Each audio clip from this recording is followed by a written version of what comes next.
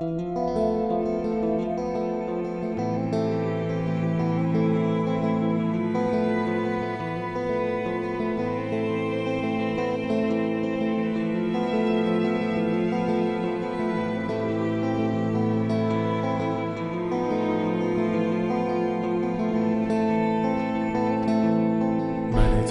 میکنم به قتل، حمل اسلحه به ارتباط اجنبی، به سازش و مسامحه. من اعتراف میکنم به ننگ سرسپردگی، به اغتشاش و مفسده، به شرب خمر و هرزگی. من اعتراف میکنم به انقلاب مخملی، به کودتای موسوی علیه بیت رهبری. من اعتراف میکنم که خاتمی منافق است و شیخم طبیعتا خرابکار و فاسق است. و اعتراف میکنم به صاف بودن زمین، به روز بودن شب و یسار بودن یمین. من اعتراف میکنم که جان نثار رهبرم، که قصد این همه جوان نبوده کار رهبرم. من اعتراف میکنم که شب سپید بود و من اگر سیاه دیدمش خطای دید بود. و من اعتراف میکنم که اشتباه کردم و عمر خویش بی جهل چنین تباه کردم.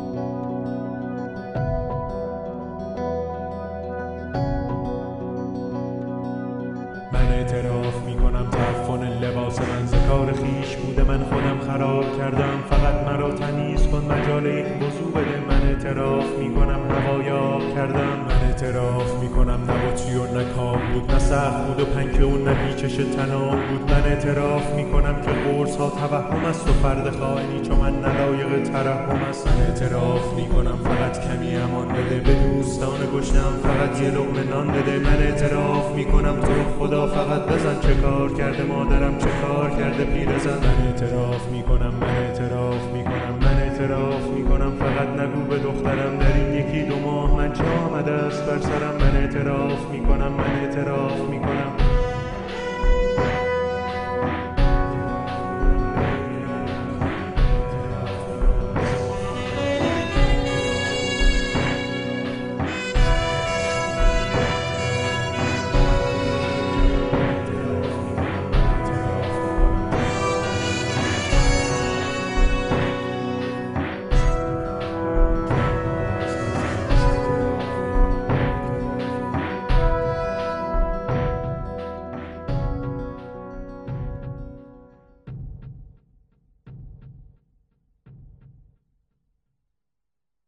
خدمت برادر عزیزم جناب آقای مهاجرانی این پیام رو دارم که دوست عزیز من جناب آقای مهاجرانی، اگر شما هم ایران بودید من فکر میکنم مثل من فکر میکردید.